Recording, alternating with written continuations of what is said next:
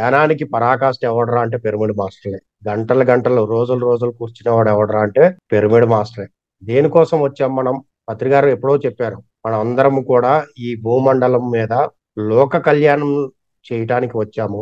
లోక కళ్యాణంలో భాగంగా మనందరం మళ్ళీ ఎన్నో జన్మల నుంచి చేస్తూ వచ్చిన ఈ జన్మలో మనల్ని మనం ఉద్ధరించుకుంటూ సంసార జీవితాన్ని ఎంచుకొని వచ్చాం కాబట్టి సంసార జీవితంలో ఉంటూ నీ జీవితాన్ని నువ్వు ఒక శక్తిగా ఎదగటానికి ప్రయత్నం చేయాలి అని. ఇన్ని రోజులు, ఇన్ని సంవత్సరాలు, ఇన్ని జన్మలు మనం సాధన చేసుకుంటూ వచ్చాము. కానీ ఈ రోజు ప్రపంచానికి నువ్వు ఏమిచ్చినా గానీ అది కొద్ది రోజులు మాత్రమే ఉంటుంది. అదే ఆత్మ జ్ఞానం అనే దాన్ని నువ్వు అందిస్తే అది వాడి చివరి శ్వాస వరకు ఉంటుంది అని చెప్పి. వాడు ఎంత అందుకుంటాడనేది మనకు అనవసరం. మన ప్రయత్నం మాత్రం మానకూడదు. ఎందుకంటే మన లైఫ్ పర్పస్ అది కాబట్టి. శ్వాస యొక్క విలువ తెలియాలి అంటే ముందు మనకి తెలియాలి దాని యొక్క విలువ ఏంటో. మనం అనుభవించాలి దాని గొప్పతనం ఏంటో. అందరూ చెప్తూ ఉంటారు శ్వాస మీద ధ్యాస పెట్టి. ఈ మధ్య కాలంలో మరీ ఎక్కువైపోయింది. ధ్యానం చేయండి, శ్వాసను గమనించండి, శ్వాస మీద ధ్యాస పెట్టేయండి అని చెప్పి ఎంతో మంది సింపుల్ గా చెప్పేస్తున్నారు. కానీ ఆ శ్వాసని ఎలా పట్టుకోవాలో ఇంతవరకు ఎవరు చెప్పలేదు. అది ఎలా ఉంటుందో ఎవరు చెప్పలేదు. ఎలా దాన్ని అందుకోవాలో చెప్పలేదు. యాజ్ ఏ పిరమిడ్ మాస్టర్స్ గా మీ అందరికి ఒక క్వశ్చన్ వేస్తా. ఎంతమంది ఉదయం లేచి మీ మొబైల్స్ లో వాట్సాప్ లో గుడ్ మార్నింగ్ కాకుండా, మీ ఫ్రెండ్స్ కి గుడ్ మార్నింగ్ చెప్పింది కాకుండా, మీ శ్వాసకి గుడ్ మార్నింగ్ ఎంతమంది చెప్పారు? ఒక బ్రీత్ తీసుకుని ఈ రోజు నేను భూమి మీద ఉన్నాను, ఇంకొక లైఫ్ ఈ రోజు నాకు అది ఇచ్చినందుకు నీకు కృతజ్ఞతలు, శుభోదయం నా శ్వాసకి అని చెప్పి ఎంతమంది చెప్పారు? శ్వాసతోటే మన జీవితం ప్రారంభమవుతుంది, శ్వాసతోటే అంతమవుతుంది అనే సంగతి మనందరికీ తెలుసు. కానీ పరుగులు పెడుతున్నాం లైఫ్ లో, అనేక రకాల పరుగులు.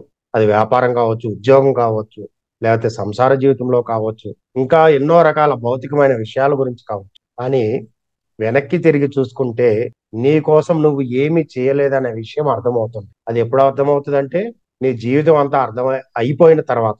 అప్పుడు నువ్వు అర్థం చేసుకునే ఉపయోగం ఏముంది? శరీరం సహకరించకపోవచ్చు, నీ ఆలోచన విధం సహకరించకపోవచ్చు, నువ్వు ఏదైనా చేద్దామన్నా నీ బాడీలో పార్ట్లు సహకరించకపోవచ్చు. కానీ ఈ రోజున ఈ అద్భుతంగా ఉన్న ఈ దేహంతో మనకి ఎన్నో అద్భుతాలు ఉన్నాయి. ఎంతమంది పంచభూతాలతో కలిసి ఉంటున్నాం. ఉదయం లేచి సూర్యుడికి ఎంతమంది నమస్కారం చేసుకుంటున్నారు, సూర్యుడిని తలుస్తున్నారు. నీకు విద్యను అందించిన నీ గురువుని ఎంతమంది తలుస్తున్నారు. నువ్వు తాగే నీటికి ఎంతమంది కృతజ్ఞతలు తెలియచేస్తున్నారు. నీ లోపల ధ్యానంలో కూర్చుంటే మన లోపల ఒక ఫైర్ జరుగుతూ ఉంటుంది. ఆ ఫైర్ కి మనలో ఉన్న ఎలిమెంట్ అదొకటి. పంచభూతాల్లో ఎంతమంది కృతజ్ఞతలు తెలియచేస్తున్నారు. అంటే దేనికి మనం కృతజ్ఞతా భావంతో లేము. ఎందుకు కృతజ్ఞత ఉండాలి? అసలు ఎవరి కోసం ఉండాలి? ఎవరికి సేవ చేయాలి? చాలా మంది సేవ సేవ అని పరిగెత్తుతుంటారు. అసలు ఎవరికి సేవ చేయాలండి? ముందు నీలో ఉన్న ప్రతి కణానికి, ప్రతి నరానికి, ప్రతి అవయవానికి, ఈ దేహంలో ఉన్న 72,000 కణాలని, మనకి తెలిసిన శాస్త్ర ప్రకారంగా ఉన్న 72,000 కణాలకి, మనకి తెలియకుండా ఎన్నో లక్షల కణాలకి ముందు కృతజ్ఞత తెలియచేయాలి. దానికి సేవ చేసుకోవాలి. అంటే దాన్ని యాక్టివేట్ చేయటం ఎలా చేసుకోవచ్చు? ఒక ప్రాణాయామాల ద్వారా చేసుకోవచ్చు, ఒక వాకింగ్ ద్వారా చేసుకోవచ్చు, ఒక సూర్య నమస్కారాల ద్వారా చేసుకోవచ్చు. అల్టిమేట్ గా ధ్యానం అనే వజ్రాయుధం ద్వారా తెలియచేసుకోవచ్చు.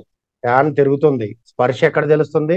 మన శరీరానికి తెలుస్తుంది. కానీ భౌతికమైన ఈ శ్వాస కాకుండా, అంటే ఈ ప్రాణవాయువు కాకుండా, నీ అంతరంగంలో ఉన్న ప్రాణశక్తి గురించి నువ్వు తెలుసుకున్న రోజున అది సరి అయిన ధ్యానము, అది సరి అయిన శ్వాస విజ్ఞానము.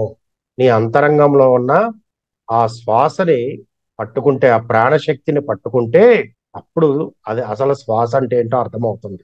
ఆ స్థితికి చేరాలి అంటే మనం ఈ ప్రయాణంలో ఎన్నో నేర్చుకోవాల్సింది ఉంటుంది. ప్రతిరోజు నేర్చుకోవటమేనండి, ప్రతి సందర్భంలోనూ నేర్చుకోవటమే. వీటన్నిటికీ ఒకటే మూలం. నేర్పించడానికి, మనం నేర్చుకోవటానికి ప్రతిదానికి ఒకటే మూలం, అదే శ్వాస. శ్వాస లేకపోతే నువ్వు ఏది నేర్చుకోలేవు. ఆ సంగతి ప్రతి ఒక్కరికి తెలుసు. మనం ఒక 3-4 సంవత్సరాల క్రితం చూసాం. కరోనా ద్వారా ఎంతో మంది సఫర్ అయింది. ఆస్తులు వాళ్ళని రక్షించాయా?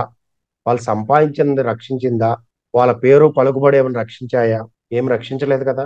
అంటే అప్పుడు వాడు భౌతికమైన ఆక్సిజన్ కోసం ప్రయత్నం చేశాడు. ఫ్రీగా వస్తున్న దాన్ని మనం వదిలేసి టెంపరీగా పెట్టుకోవటానికి మాత్రం ప్రయత్నాలు చేశారు, లక్షలు లక్షలు ఖర్చు పెట్టి. మనకి ఇక్కడ పంచభూతాల ద్వారా మనకి ఉచితంగా వస్తున్న శ్వాస అంటే ప్రాణవాయువు, దాన్ని ఏ రోజు మనం పట్టించుకోవట్లేదు. ఈ శరీరం నిలబడి ఉంది అంటే ఆ ప్రాణవాయువు వల్లే. ఆ ప్రాణవాయువునే మన సాధన ద్వారా ప్రాణశక్తిగా మనం తీసుకుని దాన్ని ద్వారా మనం ఉన్నతమైన స్థితికి చేరవచ్చు. ప్రతిదానికి మనకు సహనం ఉండాలి, తెలుసుకోవాలన్న జిజ్ఞాస ఉండాలి, ఆ ఫైర్ ఎప్పుడు మనలో వెలుగుతూ ఉండాలి. ఇది లేకపోతే ఏదీ చేయలేరండి. ఎంతమంది ఎంతసేపు ధ్యానం చేస్తారో నాకు తెలియదు, కానీ ప్రతిరోజు ఒక మనిషి రోజుకి 4 సార్లు ఆహారం తీసుకుంటాడు ఈ శరీరం కోసం. బ్రేక్ఫాస్ట్, లంచ్, డిన్నర్ కాకుండా ఏదో స్నాక్స్ అనో అయ్యనో ఇంకొకసారి అదనంగా తీసుకుంటాడు. అంటే 4 సార్లు తీసుకుంటున్నాడు.